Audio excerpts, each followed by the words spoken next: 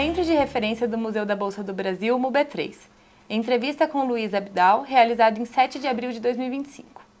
Luiz, boa tarde, seja bem-vindo. Muito obrigado. E para a gente começar, eu gostaria que você fizesse sua autodescrição, por favor. Bom, Luiz Abidal, gênero masculino, branco, com óculos, careca, com barba branca, 59 anos. Estou trajando um paletó azul, uma camisa azul marinho, e estou aqui à disposição de vocês para a gente conversar um pouco. Perfeito, obrigada. Então essa entrevista vai compor o nosso programa de história oral, né? E a gente dividiu ela em 2 blocos. O primeiro bloco para a gente falar um pouco sobre a sua história pessoal. Uhum. E o segundo bloco para a gente falar um pouco da sua experiência, um pouco não, bastante, né?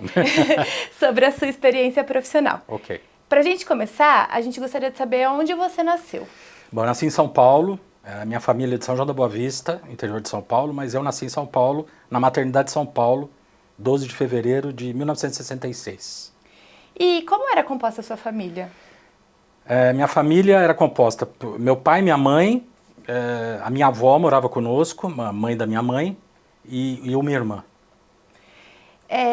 E como foi a sua formação escolar? Onde você estudou, se graduou, fez pós-graduação? Eu fiz colégio, né? Na época ainda não se falava ensino fundamental, ensino médio, mas tanto o primário quanto o colegial e o ginásio eu fiz no Colégio Anglo-Latino, que hoje é Pueridomus.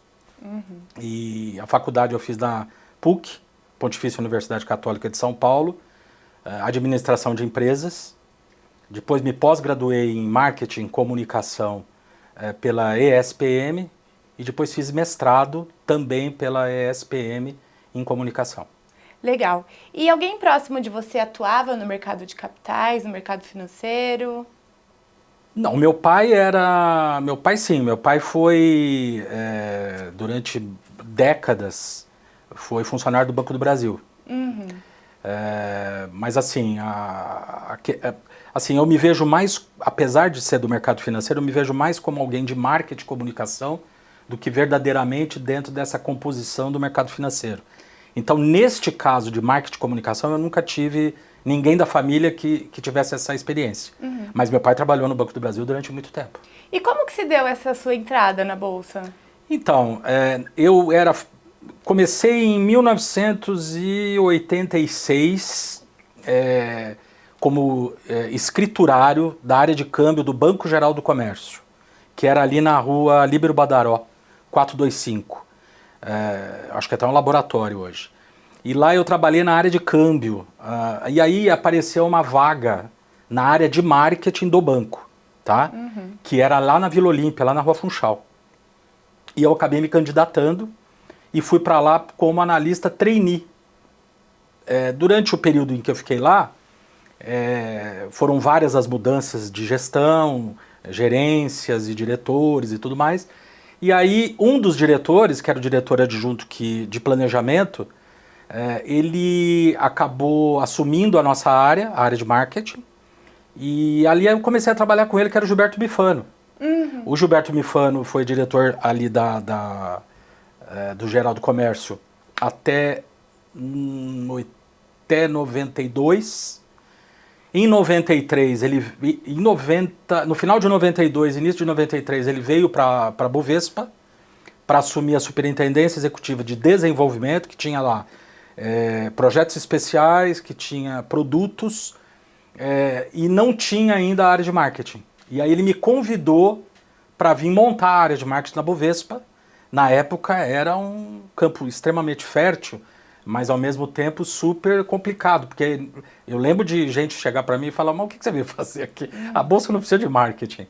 E aí a gente teve que desbravar esse caminho, trazendo para nós, né, essa experiência, principalmente a convencer esses executivos e esses profissionais da Bolsa que não estavam muito acostumados com isso, para a gente poder mostrar que o marketing era importante para eles também. Uhum. A Bolsa já tinha tido uma área de marketing e nesse momento, quando eu chego aqui, ela tinha terceirizado para uma agência, que era a LMK, ela tinha terceirizado todos os serviços de marketing e comunicação. Eu, quando vim, assumi e acabei resgatando alguns desses serviços e contratando profissionais da área de comunicação e da área de marketing e acabei trazendo as atividades de volta para a Bolsa. Então você veio com essa missão de começar do zero mesmo, montar time, tudo que envolve essa estruturação de uma área. Sim, quando eu cheguei eu era o único profissional de marketing da Bolsa, em 93, julho de 93. E quais são as estratégias que você acredita que foram as mais eficazes assim, para essa valorização da imagem da Bovespa, para a construção, né, que depois se deu esse processo de popularização da Bolsa? Então, eu acho que a Bolsa teve 3 grandes etapas, né, enquanto eu estava aqui como responsável pela área de marketing. A primeira etapa foi quando eu cheguei entre 93, 94 até 95, a Bolsa estava num processo enorme de internacionalização. Naquela época, houve a aprovação por parte do governo e da CVM e tal, para que os investidores estrangeiros pudessem participar do mercado brasileiro, pudessem comprar ações brasileiras. Então a gente fez um trabalho bastante grande, imagine você pensando em fazer isso na década de 90, a gente não tinha ainda tanta tecnologia, tantas ferramentas disponíveis para isso. Mas a gente começou vendendo o Brasil lá fora. Então, foram feitas várias viagens exatamente para mostrar que o Brasil era diferente dos outros países, né, dos outros países onde esses investidores já estavam, e que a gente tinha muito potencial de crescimento. Então, na época, foi montado um trabalho enorme, aí, quase foram várias viagens que foram feitas nesse processo que trouxeram um investimento estrangeiro para cá, que é importante até hoje. Esse foi o primeiro momento. O presidente na época era o Guto Vidigal, Álvaro Augusto Vidigal. O diretor e o superintendente geral na época era o Gilberto Bioggioni. Passado esse período, assume o Alfredo Riscala. Esse não só manteve a questão da internacionalização, porque isso era algo que não tinha mais como voltar para trás, mas ele também fez toda a parte de conexão da Bolsa, da Bovespa, com as outras bolsas do Brasil.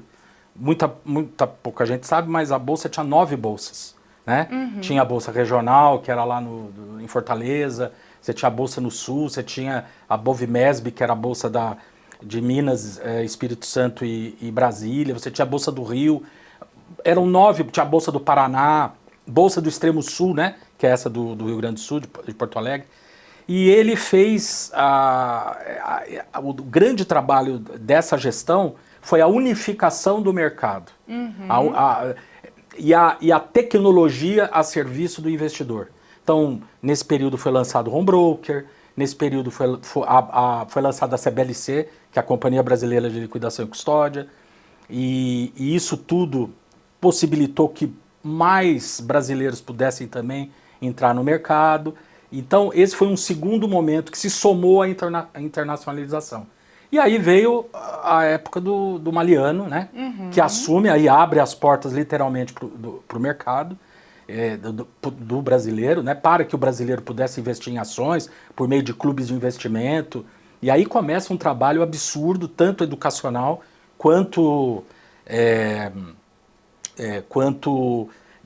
em termos de produto, em termos de abertura, de transparência, de visibilidade, de acesso, né, do brasileiro para o mercado, e que culmina na abertura de capital, que foi fundamental todo esse trabalho que eu aqui rapidamente coloquei, para que a Bolsa, ao abrir o capital, a Bovespa, né, ao abrir o capital, fosse reconhecida e tivesse uma marca poderosíssima. Tanto é que na época a nossa marca valia, em várias e várias pesquisas que foram feitas, acho que era a 4ª ou 5ª mais valiosa do Brasil.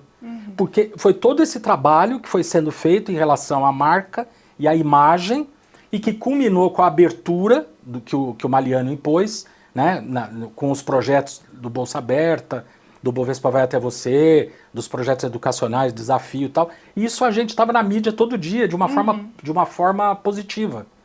E isso ajudou demais a formar a imagem da Bolsa. Perfeito. E como foi para você participar desse processo de popularização no mercado de ações? Nossa, para mim foi um prazer enorme. Eu vinha para a Bolsa todo dia aqui, era uma honra ser o responsável pela área de marketing, e educacional durante esse período do Bovespa Vai Até Você e da popularização, né? A gente começou, na verdade, a ideia inicial era... O Maliano tinha essa coisa da democratização. Ele queria democratizar o mercado de ações, mostrar para as pessoas que elas poderiam participar e que a poupança de longo prazo, que hoje estava no banco em outros produtos, ela poderia ser vista também como o mercado de ações, você comprar ações e se tornar sócio de uma empresa, você também se tornaria um poupador de longo prazo e participaria dos lucros dessas empresas. O que eram os dividendos, e é a própria explicação do que é o funcionamento do mercado de ações. E a gente começou então a fazer esse trabalho. Num primeiro momento, ele se aproximou da Força Sindical, que era o Paulinho, que era o presidente da Força Sindical, e ali a gente criou o Bovespa Vai à Fábrica, que era o primeiro processo, era o primeiro e seria o único, não era para ter os outros módulos do Bovespa Vai Até Você. Então a gente criou um escritório dentro da Força Sindical, em que a gente atendia ali todos os trabalhadores e profissionais que passavam por ali. A gente ofereceu uma série de cursos para explicar como é que eles poderiam participar do mercado de ações. Nós colocamos corretoras à disposição dele. Nós criamos clubes de investimento que eram quase cooperativas, né, de investidores que formavam o clube para poder investir em ações de uma forma em que você colocaria só uma fração de investimento. Então, aquela coisa, não, só quem tem muito dinheiro pode participar, foi quebrada com os clubes de investimento. Então, a gente foi criando foi pavimentando uma estrada para que a população pudesse trabalhar, os trabalhadores num primeiro momento, da força sindical, e depois a gente viu que a coisa reverberava de uma forma tão absurda, tanto na mídia, quanto com outras centrais sindicais e outros públicos, e o brasileiro como um todo, que a gente começou... Eu mesmo cheguei numa conversa com o Maliano, na época, eu falei, por que a gente não monta, ao invés de ser só o Bovespa Vai à Fábrica, a gente monta o Bovespa Vai a todo lugar, em que a gente pode criar vários módulos e atender públicos de diferentes, diversificados do Brasil inteiro e tudo mais. Mas nunca imaginei que fosse chegar no ponto em que chegou. E aí ele falou, boa ideia, a gente pode fazer, mas como é que vai chamar? Aí eu falei, vamos pensar e tal, não sei o que, aí foi o Bovespa Vai Até Você.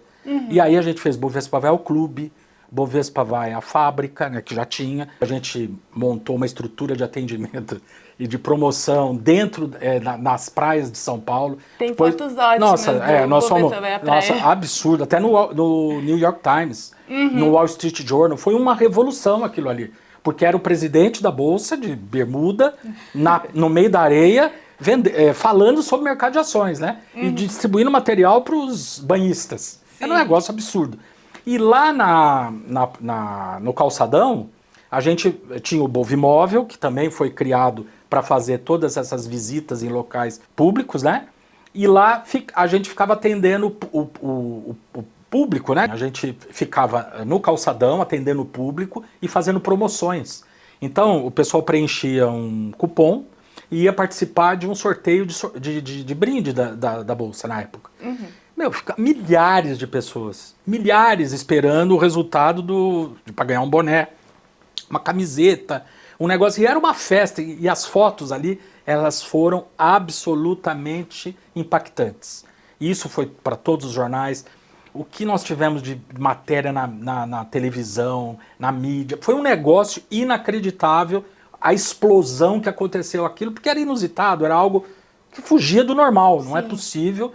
A Bolsa de Valores, que sempre foi aquela coisa meio, né, sisuda, lá fechada na 15 de novembro e tal, de repente tá na areia, pé na areia, falando de como é importante investir nas empresas brasileiras. E isso foi uma coisa, foi puxando a outra, e foi uma experiência fenomenal. E que contribuiu muito para a imagem da Bolsa ser reconhecida no mundo inteiro e ser aplaudida. E outros projetos vieram, porque quando a gente começou a fazer o Bovespa Vai Até Você, a gente viu que as pessoas tinham dificuldade de entender sobre finanças. Porque não adiantava a gente já estava falando de investimento, quando na verdade as pessoas tinham dificuldade em guardar, em administrar o dinheiro para sobrar para poder investir. Então a gente deu um passo atrás e criamos os projetos de educação financeira, que foi o desafio, que veio o Educar, que foi um projeto que atendia crianças, adolescentes, adultos, pessoal da terceira idade. Eram 5 módulos diferentes, cada qual atendia a um público com faixa etária diferente, exatamente para a gente passar os conceitos de educação financeira. Então a gente achava que era importante, num primeiro momento, falar de bolsa, falar de que era possível investir nas empresas brasileiras. Depois a gente viu que era importante a educação financeira. E isso foi a semente do que é a educação financeira hoje. Hoje todo mundo fala de educação financeira, todas as instituições têm projetos de educação financeira, tem um monte de influenciador de educação financeira. Aliás, muitos deles na nossa época, eles estavam iniciando. Gustavo Cerbasi é um, a Cássia de Aquino é outra, que fez alguns projetos para a gente, mas eles estavam iniciando naquele projeto. E as coisas meio que caminharam juntas e o resultado foi fenomenal. Já que você entrou nessa questão da educação financeira, né? Você atuou na implantação do Programa Nacional de Educação Financeira. Sim. E quais foram as principais estratégias que vocês utilizaram? Como foi a sua experiência em relação a isso? Então, a gente utilizou da experiência que a gente tinha colocado nesses projetos da Bolsa. A gente viu que a gente precisava ter um material lúdico, a gente precisava ter uma linguagem no nível do público com quem a gente estava falando. Então a gente foi adequando a linguagem e isso a gente levou para essa iniciativa também. Porque esse aprendizado que nós tivemos no dia a dia, que começou lá atrás, no Bovespa Vai à Fábrica, eu lembro de quando a gente começou a falar sobre Bolsa, nas palestras que a gente fazia, o pessoal não entendia absolutamente nada. E o próprio pessoal da fábrica, da Força Sindical, falou, gente, se vocês continuarem falando nesse tom, com esse economês, sem adequar a linguagem para o público, ninguém vai entender nada.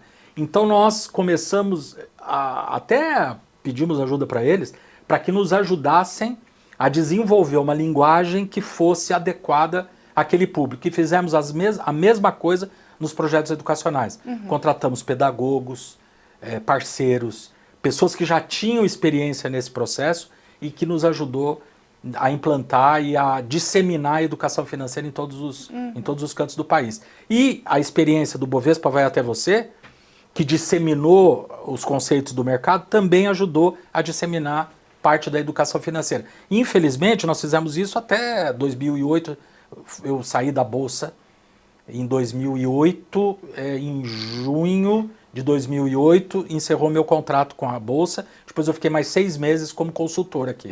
Mas nesse período houve uma série de mudanças e a Bolsa caminhou em outras direções. Manteve alguns dos projetos de educação, né, educação financeira, mas implementou outros, né, que ela considerou adequados para sua missão como companhia aberta. Entendi.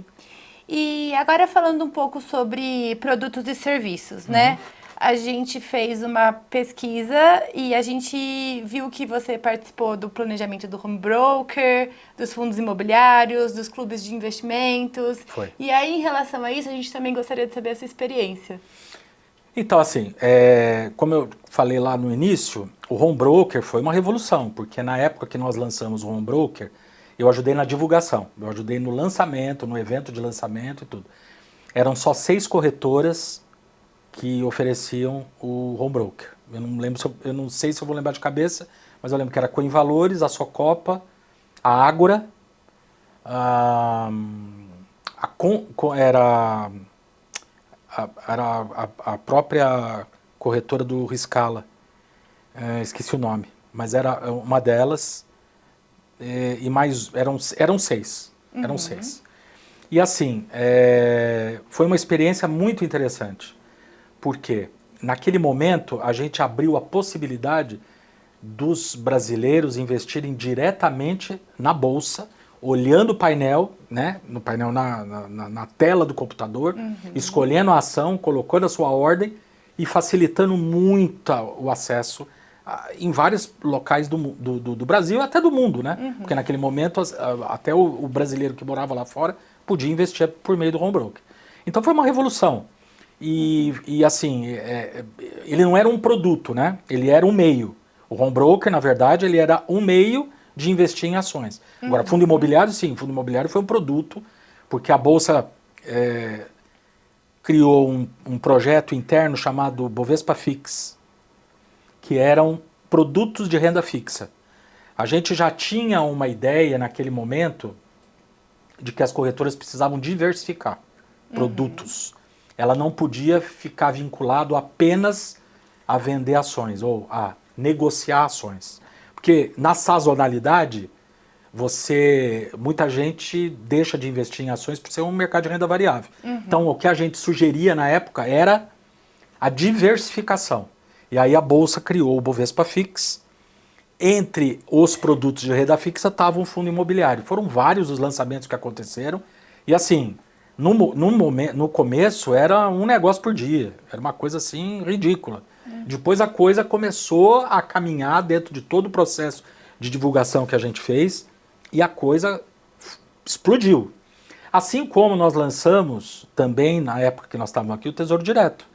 Né? Foi uma parceria com o Tesouro Nacional que permitiu que os brasileiros pudessem comprar por meio das corretoras, né, a títulos de renda fixa do governo. Era mais um produto que a gente achava que era importante para que a corretora diversificasse seus produtos.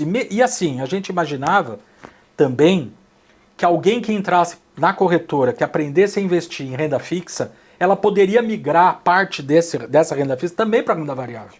Porque ela ia entender que era importante ela também diversificar, né? O investidor também diversificar. Então foi uma experiência excepcional ter tido a oportunidade de divulgar, de lançar, de participar de todos esses produtos. Inclusive um que foi revolucionário também, que foi o ETF, né? O ETF de BOVA, que era o PIBB, que foi o primeiro ETF da Bolsa em que o investidor investia, a gente chamava de PIB, porque era o PIB brasileiro, que eram as 100 principais ações, o IBRX, né, que é o Índice Brasil, né? Então eram 100 ações, ou 150 ações, não me lembro de cabeça, mas eram mais que o índice, era mais diversificado que o índice Bovespa. O índice Bovespa tinha 50 e poucos papéis, esse tinha 150 ou 100. E então você poderia comprar um fundo, né, uma cota de um fundo, que era representado por esse índice da Bolsa, e que foi criado dentro da Bolsa. Depois veio o índice de sustentabilidade, depois veio o índice de energia, aí a gente começou a diversificar também em índices. E aí a gente também construiu dentro desses índices os ETFs vinculados a esses índices. Então, todos esses produtos, eu não participei da gestão, né, vamos dizer, da criação, até porque eu não sou financeiro, mas da divulgação e assim, o que mais era o nosso grande desafio era pegar o que o financeiro falava, né, o produteiro aqui da Bolsa explicava e tentar traduzir isso para uma linguagem que o público pudesse entender. Uma linguagem acessível, acessível, né? E foi isso que eu acho que a gente conseguiu fazer com boa qualidade. Não à toa, hoje a gente tem um número significativo de investidores, que ainda é pouco, mas que caminhou bastante. Bom, para você ter uma ideia, quando a gente começou o projeto Bovespa Vai Até Você, nós tínhamos 50 mil investidores na Bolsa. 50 mil pessoas, que é minúsculo, né? Tudo bem que a gente tinha passado por várias crises, o Brasil não tinha uma estabilidade econômica, ainda estava muito recém-criado o Plano Real e tudo mais. Mas 50 mil. Quando nós terminamos terminamos. Quando eu saí da Bolsa, a gente estava com 780 mil CPFs aqui dentro. E depois veio aquele projeto de buscar 5 milhões e tudo mais. Mas para você ver a quantidade que se criou ao longo desse processo de popularização.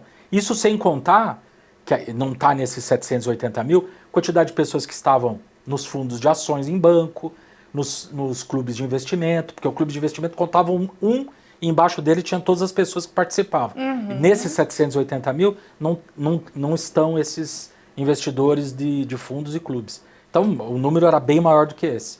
E hoje estamos falando aí em 5 milhões, 6 milhões de pessoas investindo na Bolsa, né? E agora você pega a quantidade de gente que está no Tesouro, quantidade de gente que está em ETF, quantidade de gente que está em tantos e outros produtos que foram lançados lá atrás, e quantos utilizando o home broker.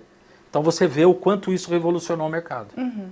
Agora a gente gostaria de saber, assim, dentro desse processo, né, de aproximar as pessoas, os projetos de ir até as pessoas, também tiveram algumas iniciativas que traziam as pessoas até a Bolsa, Sim. né? Teve lá o Espaço Bovespa, teve o museu, teve o Centro de Memória. A gente gostaria de saber, a gente tem o histórico do Espaço Bovespa, né?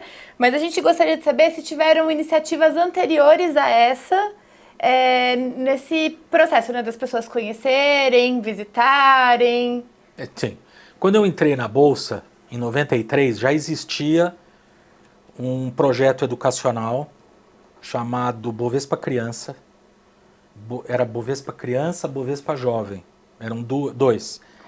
Que recebiam, na época, escolas, alunos de escola, mas o número era muito pequeno. Era uma visita por dia. E assim, era agendada, não era uma coisa aberta, como aconteceu posteriormente. A gente tinha até nessa época um gibi.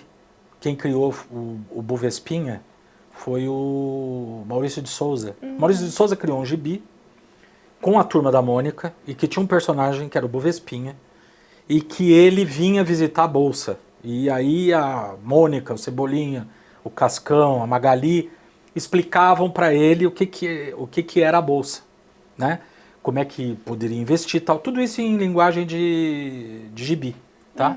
De quadrinhos, né? E aí a gente entregava isso para as crianças. Isso foi até mais ou menos 98, 99, quando a gente começou a divulgar mais o Centro de Informações Bovespa, que era o CIB, Centro de Informações Bovespa, em que esses projetos educacionais estavam dentro dele. Então aqui a gente recebia não só crianças, adolescentes, começamos a receber também pessoas interessadas em saber, então a gente começou a dar palestras sobre o mercado. Não ainda com aquela linguagem de fácil assimilação. A gente só veio aprender isso depois. Mas ainda era um pouco mais, com uma linguagem um pouco mais rebuscada, mais elitizada, ainda não tão popular, mas a gente começou a atender o público. Além disso, a gente começou a fazer os cursos também de capacitação e qualificação de profissionais do mercado. Aí era pessoas interessadas em entrar no mercado ou se tornarem operadores. Já era o PQO? Não. Não? Não, antes do PQO. Tá. Em se tornar operadores, em se tornar operadores de mesa de operações das corretoras. Eles vinham para fazer cursos de, 5 dias, 8 horas por dia, era um negócio assim bem pesado. Tanto é que a pessoa só poderia ser operador de bolsa se passasse nesse curso. Esse curso era em parceria com a Ancor, Associação Nacional das Corretoras. Ela que tinha o time de professores, só que os professores eram todos da Bovespa. Né? Então todos os monitores e professores eram contratados da Bovespa. Eram funcionários, inclusive, da Bovespa. Eram os especialistas. E ali se formaram vários operadores, vários profissionais, gente que hoje é dono de corretora, se formou nesses cursos. E assim foi caminhando essa, vamos dizer, a gente receber o público aqui, tanto público em geral, quanto profissionais de mercado ou que queriam se transformar em profissionais de mercado. E junto com eles os universitários, Então a gente oferecia muito curso voltado para universitários que queriam de alguma forma trabalhar no mercado financeiro, ou que queriam trabalhar em corretora, queriam trabalhar em banco e queriam trabalhar em asset. E aí a gente começou também a fazer cursos nesse sentido. Mas isso foi até 99, 2000, quando então aí a gente, com a popularização, nós fomos criando outros projetos, aí sim projetos de receber muita gente, que é o Bolsa Aberta, né? Que foi a primeira experiência de abrir o pregão. A gente começou a abrir só de final de semana, porque o pregão ainda funcionava, né? Ainda tinha negociação na sala de negociação ali do térreo da 15 de novembro. Então a gente começou a abrir de sábado e domingo, como se fosse um ponto turístico. Começamos a receber 300, 400, 500 por dia, sábados, domingos. Aí a gente começou a fazer apresentações dentro do pregão, nesse Bolsa Aberta, de hora em hora. Então a gente põe um reloginho lá fora, próxima atração, 3 horas da tarde. Era uma simulação Era uma simulação do pregão, falava como é que funcionava, fazia uma palestra, a pessoa ficava ali uma meia hora, uns 40 minutos ali, conhecendo o mercado. Essa iniciativa é que deu a origem ao Espaço Bovespa, que depois sim, nós fizemos uma baita reforma no pregão, né, no antigo pregão, na sala de negociação, um filme 3D, uma apresentação, tinha um simulado que os caras falavam como é que as negociações eram feitas no meio eletrônico, ali já era tudo eletrônico, não tinha mais pregão, viva voz. Aí o museu lá no fundo, então aí a pessoa ficava 1h30 mais ou menos ali. Porque tinha uma palestra também, tinha um auditóriozinho de 80 pessoas, e ali eles ficavam e a gente fazia uma palestra. Então era um programa. Então, e começou a abrir todos os dias. E aí era um negócio inacreditável. Encerramento do pregão Viva Voz. Foi. Tá. Foi. Aí veio o Bolsa Aberta, ainda com o Viva Voz, mas só em finais de semana, e depois veio a reforma do espaço, e aí sim a gente começou a receber todo, porque a gente fala, o que nós vamos fazer com o espaço que está aqui, disponível, eventos a gente faz também, mas não é todo dia, o que a gente vai fazer para manter isso aqui vivo, né? E aí o Maliano falou, eu quero receber o pessoal aqui, eu quero receber as pessoas, quero receber público aqui. E aí nós começamos a fazer um monte de evento também, inclusive o lançamento do Mulheres em Ação, que era um lançamento para mostrar para o gênero feminino o mercado de ações. Nós recebemos 1.100 mulheres no pregão, mulheres, só podia entrar mulher. 1.100 mulheres, e a apresentação foi da Glória Maria, numa pesquisa que a gente encomendou na época para a Data Popular sobre o investimento e a mulher. E ela que fez a apresentação, e foi um show, né? Foi um show, o Maliano falou, foi um negócio assim estrondoso naquele momento também de história da Bolsa. Perfeito. E agora a gente gostaria de saber um pouco sobre o lançamento da Bolsa de Valores Sociais e Ambientais. E quais projetos eram apoiados por essa iniciativa? Então, a BVS, né, a Bolsa de Valores Sociais, depois virou ambientais também, mas ela foi lançada como BVS, Bolsa de Valores Sociais. Eu não me lembro o ano certinho que ela foi lançada, mas assim, isso também foi uma ideia do Maliano, isso ajudou muito a Bolsa naquela iniciativa em que a Bolsa foi reconhecida pela ONU como uma instituição socialmente responsável.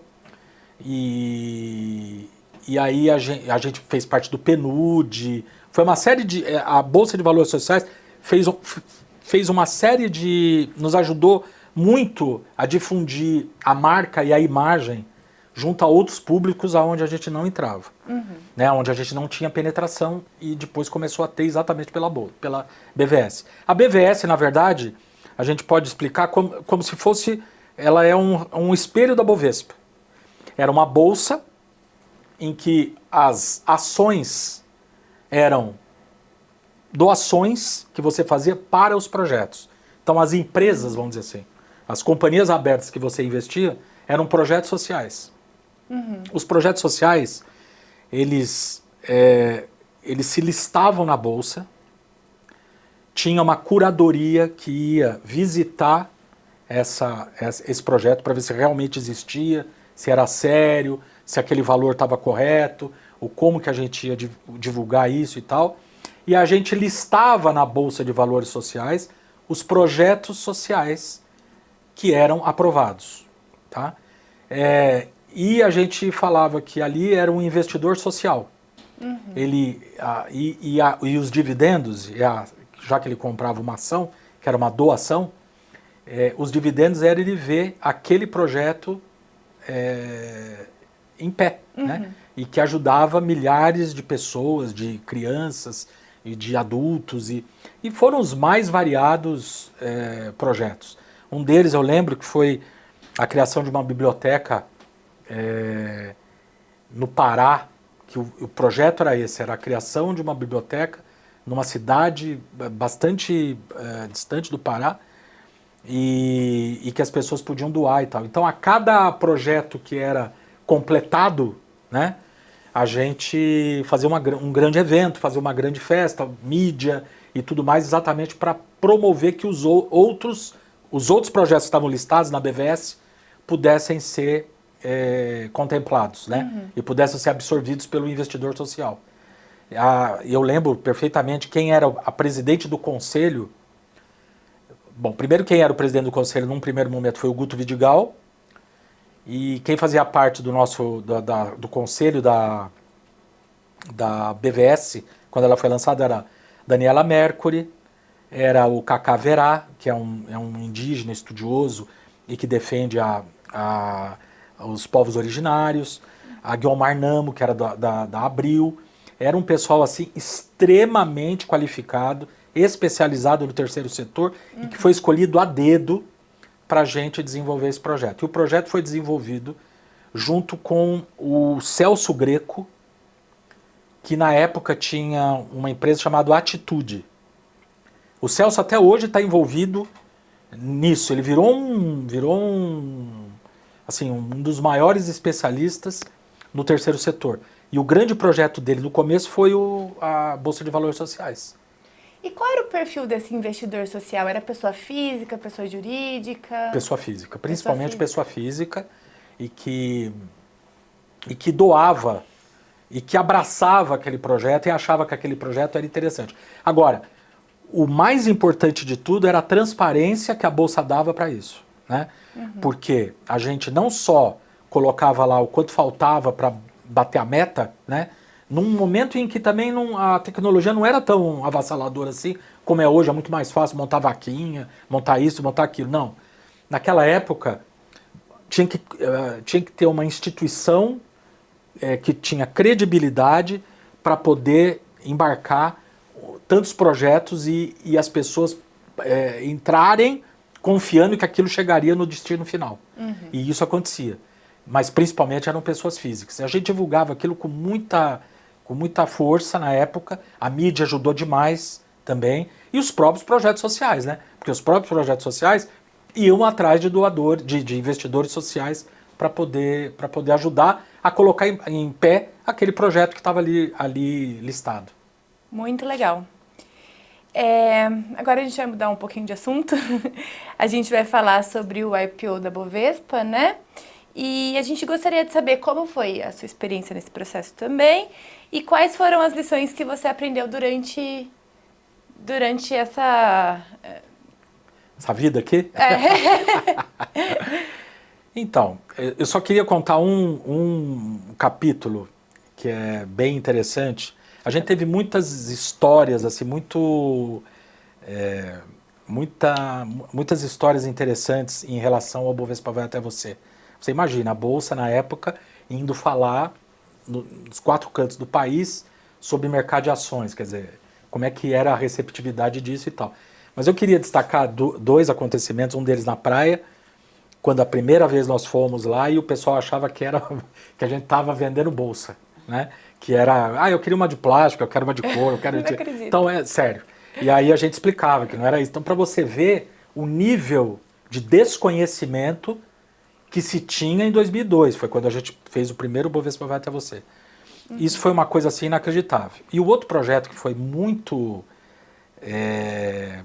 enriquecedor, inusitado e inacreditável, se você pensar sobre todos os aspectos da época, porque você tem que contextualizar a época. A Vale do Rio Doce, ela tinha um projeto aqui na Bolsa chamado Vale Day, que era um dia em que a Vale vinha aqui, na Bovespa, e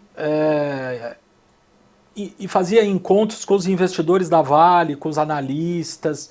Era uma forma de aproximar a Vale, que era uma companhia aberta, óbvio, uma das principais, ao investidor e aos analistas. Bom, numa dessas reuniões, o Roger Agnelli, que era o presidente da Vale na época, até faleceu num acidente de helicóptero, ele veio aqui na Bolsa e não sei por que cargas d'água, o Maliano estava ali, ele acabou entrando na sala, a gente estava na apresentação do Roger Agnelli sobre a Vale, o Maliano sentou à mesa ali, ficou conversando, enquanto o Agnelli estava fazendo a apresentação e tal. E aí o Maliano falou, no final, olha, muito legal, sua apresentação, sensacional, a Vale é maravilhosa e tal, não sei o quê, mas eu tenho um desafio para você. Vamos fazer um Bovespa vai a Vale. Vamos fazer um Bovespa vai a Vale do Rio Doce. Ele falou, eu topo. Aí o Roger Agnelli, eu topo fazer. Então, vocês vão falar com o Abidal, que é o responsável pela área de marketing, ele vai organizar e tal, não sei o quê. E aí, eu achei que ali fosse uma coisa assim, meio aquelas coisas de final de evento, cara, beleza, depois a gente fala e tal. Não, no outro dia o cara me ligou mesmo. O cara da Vale me ligou, o diretor de marketing, não me lembro o nome dele, ele me ligou e falou, ó, Abidal, a gente quer muito fazer isso, a gente quer fazer uma visita às nossas 8 sedes da Vale do Rio Doce no Brasil. Falei, tudo bem. Então a gente fez o lançamento no Rio de Janeiro e depois começamos com o Bovimóvel, né, a visitar os locais onde a Vale tinha escritórios e centros. Fomos no Brasil inteiro, porque de um lugar para o outro era assim, era Rio de Janeiro, aí era Minas, depois era Salvador, depois era não sei aonde, e o Bovimóvel indo. E em cada cidade que a gente ia, a gente fazia um evento. Era um acontecimento ali. E na época a gente mandou junto um jornalista que ia fazendo um diário de bordo. Então, aonde ele parava, ele contava as coisas inusitadas, coisas interessantes, quem chegava no Bovimóvel para falar de bolsa, os interessados e tal. Até que fomos até São Luís do Maranhão, com o Bovimóvel, e depois de trem, de São Luís do Maranhão até Carajás, que é a cidade da Vale, em Tocantins. Era uma viagem de trem de 16 horas. Nossa. A gente transformou um dos vagões num auditório para palestras. E a gente fazia palestra ali de hora em hora com o público, porque o trem ia parando em várias cidades, e entrando e saindo, entrando e saindo. Então a gente até brincava, falava, eu fico imaginando o cara que entrou em São Luís e chegou em Carajás, ele viu 16 apresentações da Bolsa. Quer dizer, a gente falava, o cara não aguentava olhar, mas na cara, acho que se ele queria investir, ele nunca mais ia investir, né? Por uma questão até lógica. Mas esse foi um projeto assim inacreditável. Nós atendemos, na época, mais de 120 mil pessoas. Nossa. Nessa brincadeira de ir até ali, de pegar e fazer em cada cidade uma ação e tal, não sei o quê. 120 mil pessoas cadastradas e que de alguma forma tiveram contato com a gente. Uhum. Mas você me perguntou do IPO. Sim. O IPO, ele foi em 2007, né? Uhum. Final do ano, acho que foi em outubro. E foi uma experiência excepcional, né? Porque, primeiro que nunca se imaginou, lá atrás, quando a gente começou, quando eu entrei na Bolsa, nunca se imaginou que uma Bolsa que era mutualizada, ela fosse abrir o capital. Mas aquilo foi, durante um período, foi uma tendência mundial. Várias bolsas abriram o capital, né? Muitas na Europa, muitas nos Estados Unidos, e a gente viu que tinha uma oportunidade. E mais oportunidade ainda nós vimos quando nós fizemos roadshows pelo mundo inteiro, a Bolsa fez esses roadshows pelo mundo todo e vimos o quanto a Bovespa era conhecida lá fora. E o quanto investidores estavam interessados em investir na Bolsa. Porque sabiam que aqui tinha potencial de crescimento, o mercado brasileiro ainda é extremamente fértil, o quanto podia crescer em termos de, não só de investidores, mas em produtos, em diversificação, como realmente aconteceu, e o quanto poderia ter de fusões com outras bolsas internacionais, com bolsas sul-americanas e tudo mais. E assim, para mim especificamente, foram 6 meses que eu não dormi, porque a gente não dorme num IPO, porque a gente ficava revisando o prospecto da bolsa, que ia e voltava. Aquele monte de banco que estava envolvido na precificação, aquele monte de escritório de advocacia, aquele monte de auditoria, aquele monte... E as trocas de e-mail não paravam durante a madrugada. Então, muitas vezes eu chegava na bolsa 7 horas da manhã e saía da bolsa às 6:30 da manhã, quando saía. Senão eu ficava aqui mesmo. Aqui não, lá, né? Na 15 de novembro. Então foi uma experiência extremamente cansativa, mas que eu aprendi demais com ela, porque é única. Você nunca... É difícil você ir para uma outra empresa e que você vai fazer de novo um IPO. E esse IPO foi, na época, foi o maior até então, né? Foi o maior da história. A bolsa, eu lembro que foi lançada, o papel dela foi lançado a R$23, e no dia bateu 38, no dia. Foi o maior crescimento, foi o maior número de pessoas interessadas em comprar o papel da bolsa. E aquilo para nós, que éramos funcionários, que cuidava da área de marketing, eu estou falando especificamente de mim, que cuidava da marca, que cuidava da imagem, que viu todo aquele filme passando desde a minha chegada aqui, é um trabalho de realização total. Porque você vê que as pessoas compraram muito daquilo que você plantou também. Muito daquilo que você vendeu. Muito daquilo que você divulgou. Muito daquilo que nós apresentamos. E principalmente assim, quando eu cheguei aqui na Bolsa, a imagem era de só grandes tubarões investiam na Bolsa, é para elite, é só quem tem muito dinheiro, é especulativo, ninguém ganha. E isso tudo acabou. Isso a gente conseguiu, ao longo de tantos anos, num trabalho, olha, pesadíssimo, mostrar a verdade da Bolsa. Tem especulação? Tem.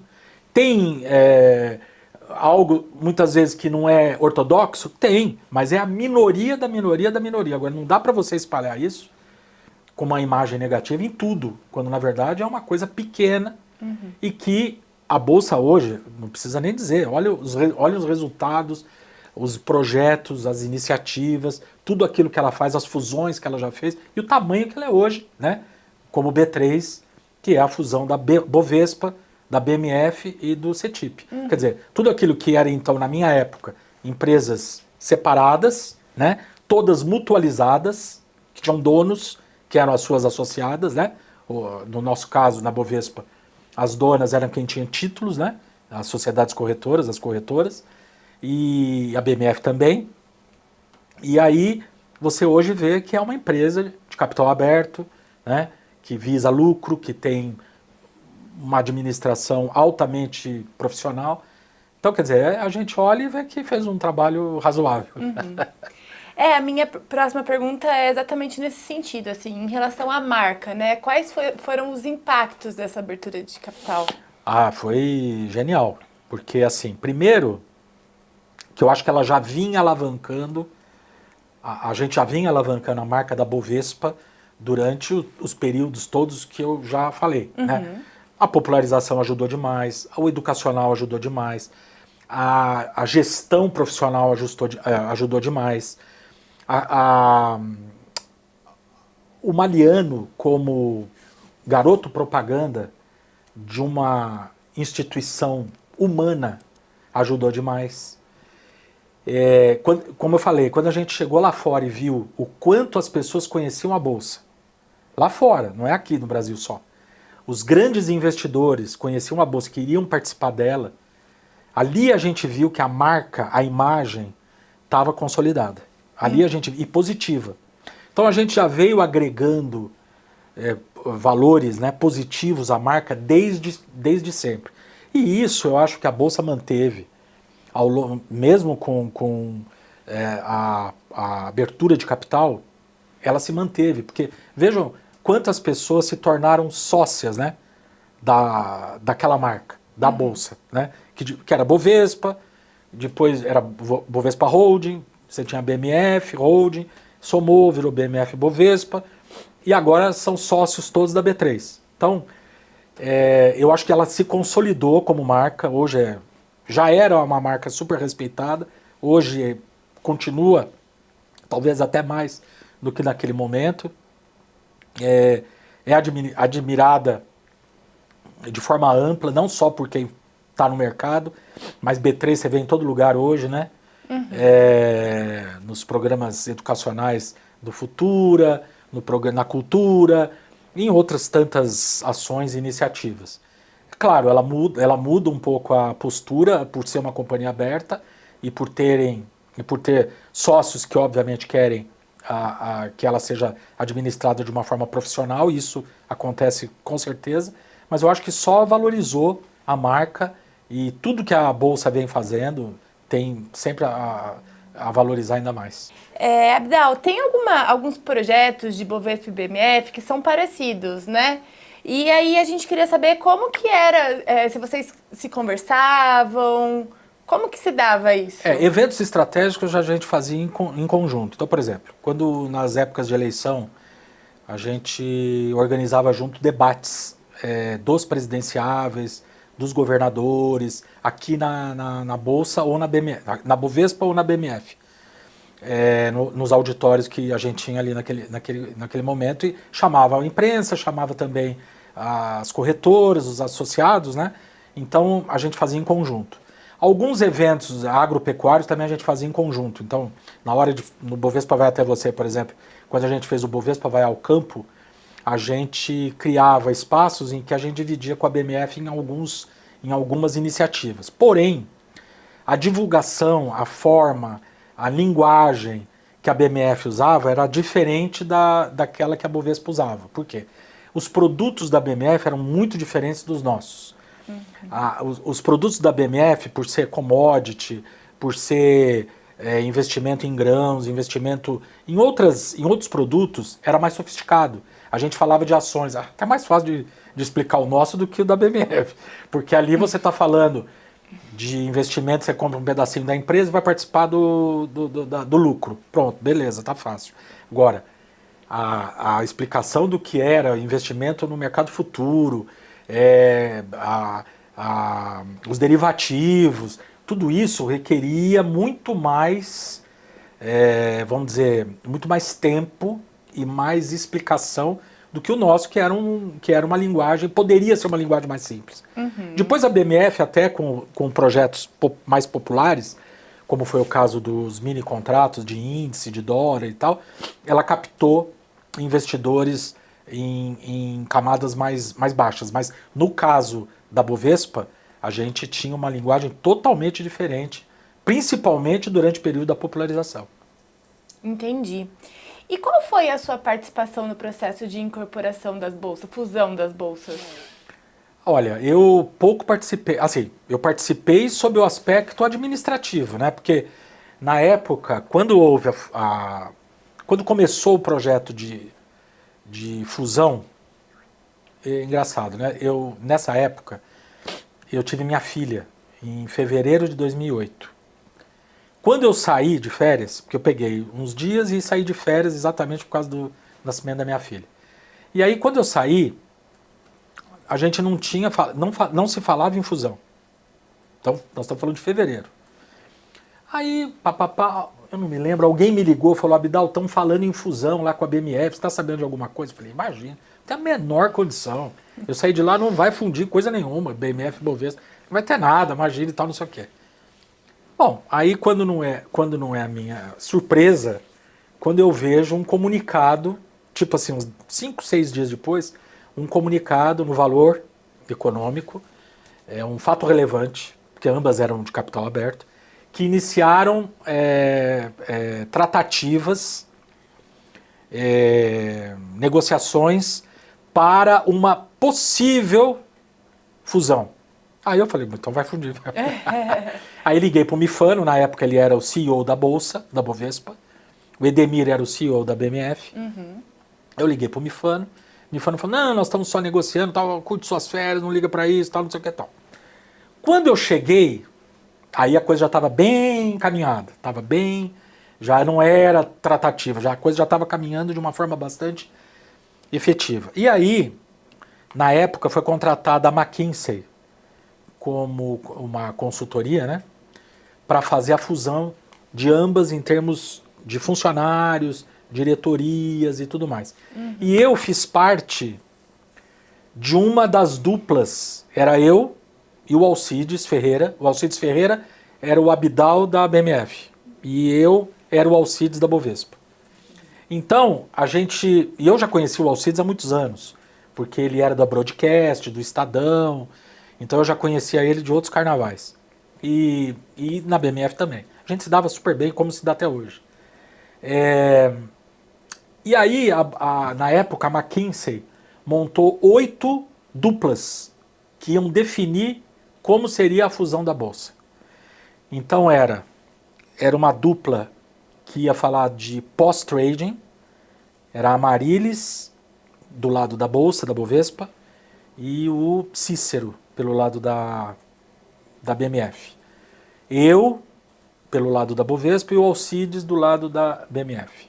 O Marco Silva, que era o administrativo, do lado da Bovespa, e o Davi, que era o administrativo, do lado da BMF. E assim por diante. Assim foi feito com o jurídico, a auditoria. Eram 8 que iam definir como seria a fusão. E no meu caso, além de definir como seria a fusão da Bolsa, o marketing, e a comunicação, e a internet, e os eventos, tudo isso, entre Bolsa e BMF, como é que ia ser isso? Nós também, eu e o Alcides, nós éramos os responsáveis pela divulgação dessa fusão para o mercado e principalmente endomarketing, para as pessoas não virarem aquele caos, né? De que vai, quem que não vai e tal. É óbvio que quando você faz uma fusão, a gente sabe que alguns sairão, outros ficarão, né? E o modelo que foi escolhido definiu determinadas áreas, como é que as áreas iam ficar desenhadas. E assim foi. Mas foi super tranquilo. E em relação à cultura institucional, assim, como que você percebeu essa diferença? Qual foi a função da comunicação dentro disso? Em termos de... Da cultura institucional. Interna? Isso. Foi fenomenal. Porque a gente, assim, num primeiro momento, os funcionários, a cultura, não só os funcionários, mas os públicos com quem a Bolsa se relacionava, tinha pouca influência ou era pouco comunicado sobre aquilo que a gente fazia. Num determinado momento, a partir de 2001, 2002, nós começamos a fazer com que os funcionários participassem diretamente do movimento de popularização, que participasse diretamente dos movimentos educacionais, dos movimentos sociais. Tanto é que na BVS a gente tinha vários funcionários que participavam. A gente criou um projeto chamado Cidadania, internamente da Bolsa, em que eles participavam diretamente de projetos sociais. Além disso, a gente também, no Bovespa Vai Até Você, a gente contava com a presença das corretoras junto com a gente no Bovimóvel, atendendo o público. Então a gente viu que era necessário, para que os projetos caminhassem bem, que todos estivessem envolvidos, tá? A rede toda estivesse envolvida. Funcionários da Bovespa, entidades de classe, a PIMEC, na época era a ABAMEC, né? A PIMEC, Ambima, tantas, Ambide,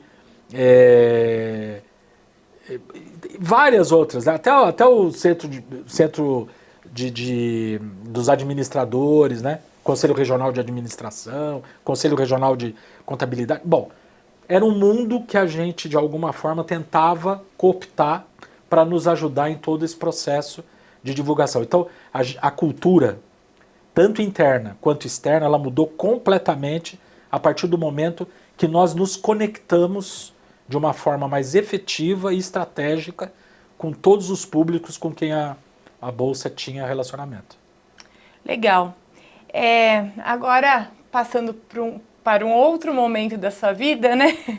A gente gostaria de saber como foi sua chegada na Ancor. Então, assim, quando eu saí da Bovespa, em 2009, eu montei uma consultoria de marketing e comunicação para desenvolvimento de estratégias, né, dentro dessas áreas. Então, na época, eu comecei a atender corretoras. Atendi pelo menos umas 12 corretoras, tá? Algumas no mesmo momento, outras em separado e tal. E assim foi até 2015. Em 2015 eu fui chamado para assumir a gerência, né, a diretoria da Expo Money. A Expo Money era um evento voltado para o público em geral, era um congresso em que você tinha, o que você falava ali, você falava sobre investimentos. Então os expositores eram corretoras, assets, companhias abertas, uma série de players, e ao mesmo tempo a Expo Money fazia palestras, apresentações, mais variados palestrantes, falando sobre análise financeira, análise técnica, análise fundamentalista, educação financeira, uma série de ações que reuniam o mercado lá dentro, tá? O público em geral. A Globo, Rede Globo, acabou comprando a Expo Money na época e achou que era um potencial interessante como feira, né? Porque eles montaram uma empresa chamada Geo Eventos, em que abaixo dele tinha uma série de iniciativas, e entre elas uma feira, um business, né? Que chamavam de feira, feiras e negócios, e entre elas estava a Expo Money.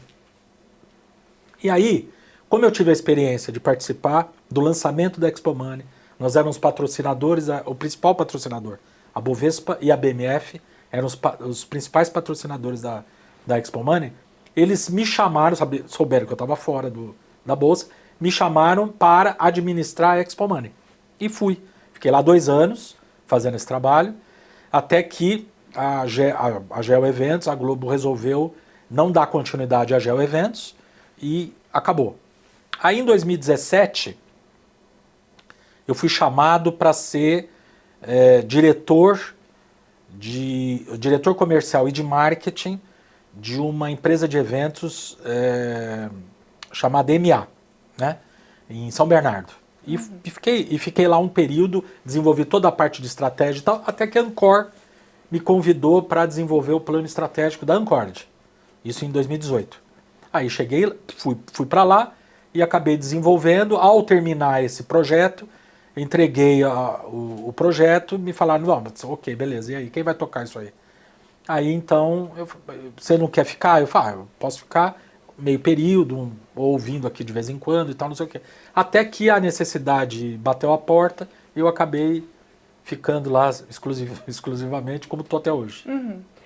E quais são as iniciativas educacionais da Ancor? A gente tem, além dos cursos, que eram aqueles cursos voltados para os profissionais, né? A gente lançou lá em 2019, que não existia na Ancor, o EAD. Hoje a gente tem um curso com EAD.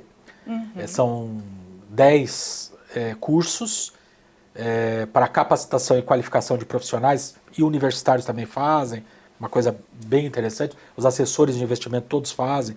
A gente tem uma média de 2, 3 mil alunos por mês, é bem interessante nesses cursos. Além disso, a gente tem várias parcerias, inclusive com a Bolsa, em algumas iniciativas educacionais, cursos educacionais, em que a gente faz em conjunto, ou a gente divulga, né? Um divulga do outro. Assim, eu tenho mais de 15 parceiros, a Ágora, a XP, o BTG, o Mackenzie, a BlackRock, uma infinidade de entidades com quem a gente mantém relacionamento. Além disso, a gente tem um portal educacional junto com a BlackRock, que a gente lançou o ano passado, chama PEAB, Portal Educacional Ancore de BlackRock, em que a gente oferece gratuitamente conteúdos e cursos gratuitos para os assessores de investimento.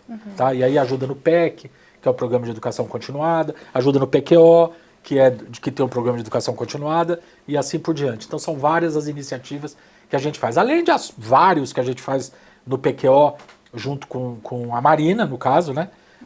E com a Cris na área educacional, e várias iniciativas que a gente entra. Claro, a gente não tem mesmo orçamento que tem a Bolsa e outras entidades, mas dentro daquilo que a gente tem, a gente consegue fazer bastante coisa, por isso as parcerias para nós são tão importantes. Legal. A nossa próxima pergunta é meio que um resumão de tudo que a gente está falando e a consequência disso, né? A gente percebe nos últimos anos um aumento bem grande da participação das pessoas físicas no mercado de capitais, né? E aí, nessa perspectiva, a gente gostaria de saber a sua opinião sobre a participação da educação financeira, da importância dela, dessas iniciativas todas que você contou pra gente, e quais são as perspectivas para o futuro. Olha, a educação financeira era um projeto, né? Hoje ela é uma realidade. E é não só uma realidade, como é uma necessidade, né? O Brasil é um país que tem ainda uma dificuldade muito grande de lidar com dinheiro. Então as pessoas, aquilo que sobram, elas acabam consumindo, né? Consumindo em coisas que muitas vezes não há nem a menor necessidade disso. É uma cultura que foi lapidada durante os períodos de inflação, né? Apesar da inflação ter sido controlada a partir de 94 com o Plano Real até hoje, ainda assim a gente manteve a questão do consumo e do status em ter, né, como algo que nos diferencia do outro. Então eu quero ter um carro melhor, eu quero ter isso, eu quero ter um apartamento assim, quero aparecer nas redes sociais lacrando um monte de coisas que eu comprei e tal, não sei o quê. E tem uma dificuldade de guardar dinheiro. E tem uma dificuldade de saber lidar com o dinheiro para poder sobrar para ele no futuro. Então a educação financeira, ela não é, hoje, ela é uma questão de vida ou morte para o brasileiro e para todo mundo. Porque os produtos e a previdência, principalmente, vai ficar cada vez mais escasso, né?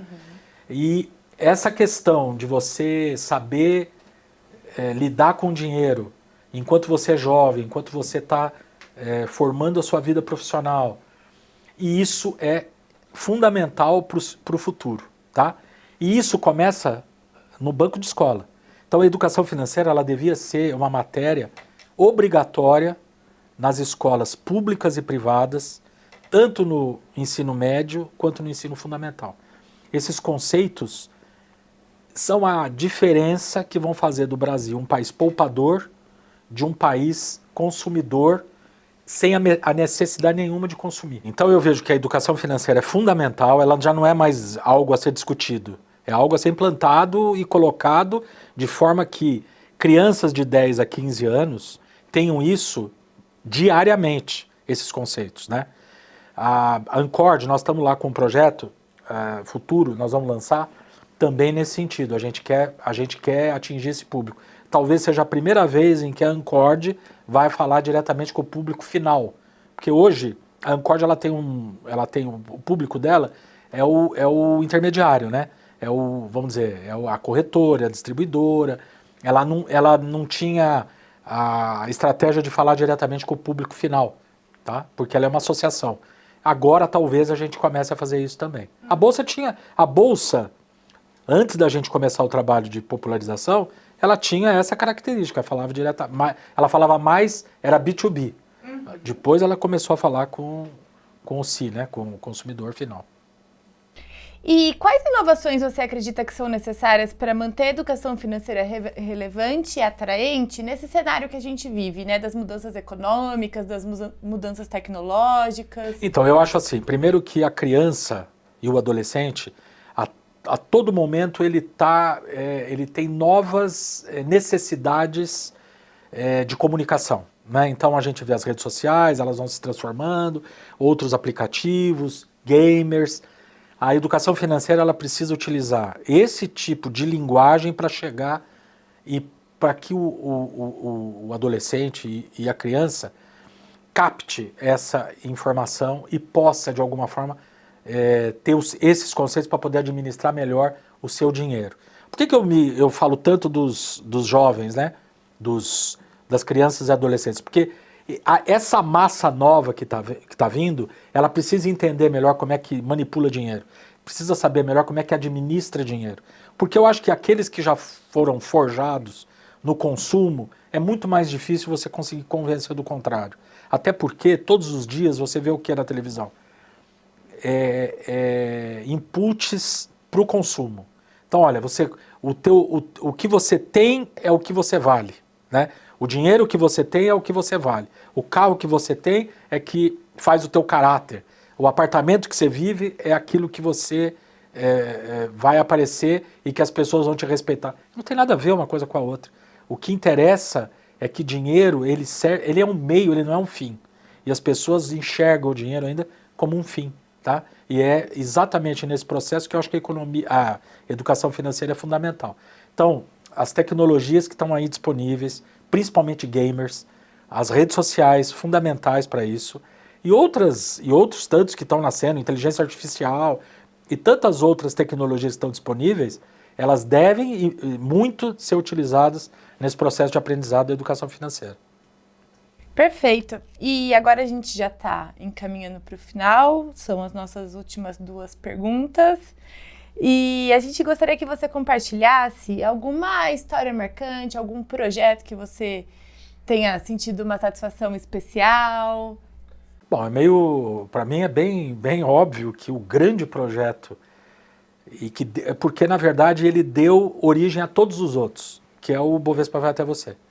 O Bovespa Vai Até Você, ele foi de uma importância para minha experiência profissional e para os resultados que a gente via no dia a dia, que para mim foi um divisor de águas, porque por meio dele, né, o Bovespa Vai Até Você, como eu falo, é o Bovespa, começando com o Bovespa Vai à Fábrica e se transformando num projeto de mais de 15 módulos, né? Bovespa vai à universidade, Bovespa vai à escola, Bovespa vai à praia, Bovespa vai em todos os lugares e cada qual com uma característica e com um aprendizado e com o público, com a conexão direta com o público, falando diretamente para esse público. Então, para mim se eu poderia destacar para mim todos eles foram projetos excepcionais, todos que eu vivi aqui na Bolsa. Mas esse, eu acho que representa tudo, porque ele deu origem a uma série de coisas, né? Todos os projetos educacionais posterior ao Bovespa Vai Até Você, como o Desafio Bovespa, o Educar, todos esses projetos nasceram por causa do Bovespa Vai Até Você. Foi com a experiência do Bovespa Vai Até Você que deu o processo a todos os outros, né? Então, eu tenho um carinho enorme por esse projeto, pelos resultados, mas principalmente pelo dia a dia. Era uma festa, porque a gente está falando de mais de 300 pessoas envolvidas fazendo esse processo.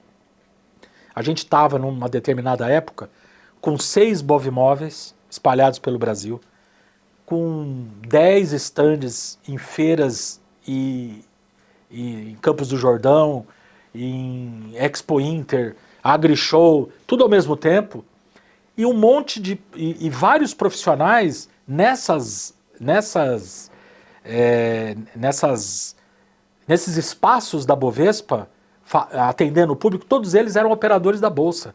Nós recontratamos essas pessoas, eram profissionais que já conheciam o mercado, que foram treinados para atender o público. Então eram pessoas que conheciam muito o mercado e que foram capacitados para atender ao público. Então isso foi uma satisfação enorme, porque empregou um monte de gente, atendeu um monte de expectativas e virou uma febre no Brasil inteiro durante muitos anos. Então eu considero esse um projeto assim que que eu destaco, apesar de todos os outros serem filhos que eu amo todos eles. Muito bom. E para a gente finalizar, a gente gostaria de saber para você qual é a importância da preservação e divulgação das memórias do mercado de capitais. Ah, bom, isso está dentro de mim desde quando a gente começou o trabalho de levantamento do centro de memória, né? Eu tenho eu acho uma importância fundamental porque o futuro, o presente só existe porque alguém construiu o passado. Então, o mundo não começa agora só porque eu estou aqui, né? Ou só porque eu nasci, então o mundo começa agora. Não, o mercado foi criado muito antes da gente estar aqui.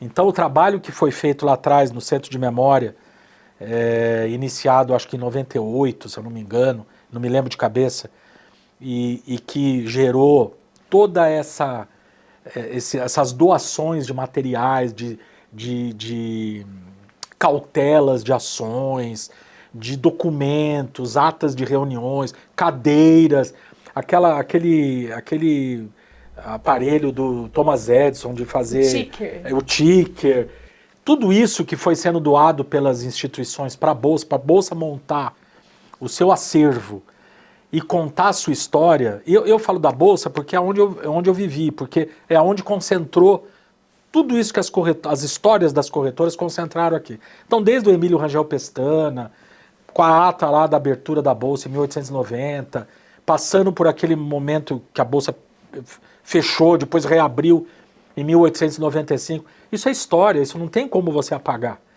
E é aquilo que você aprendeu no passado que faz a gente chegar até aqui e que vai fazer a gente trilhar até o futuro. Então, esse trabalho de acervo, de entrevistas com pessoas que desenvolveram projetos, iniciativas do mercado e que contam, vocês vão ver que tem uma conexão. Começa lá atrás e que vai se conectando, até chegar agora e que vai ser um aprendizado para o futuro. Perfeito. Então, em nome do Centro de Referência, eu agradeço a sua participação e todas as suas contribuições para o nosso programa de História Oral. Eu que tenho que agradecer. É um prazer. Muito obrigada.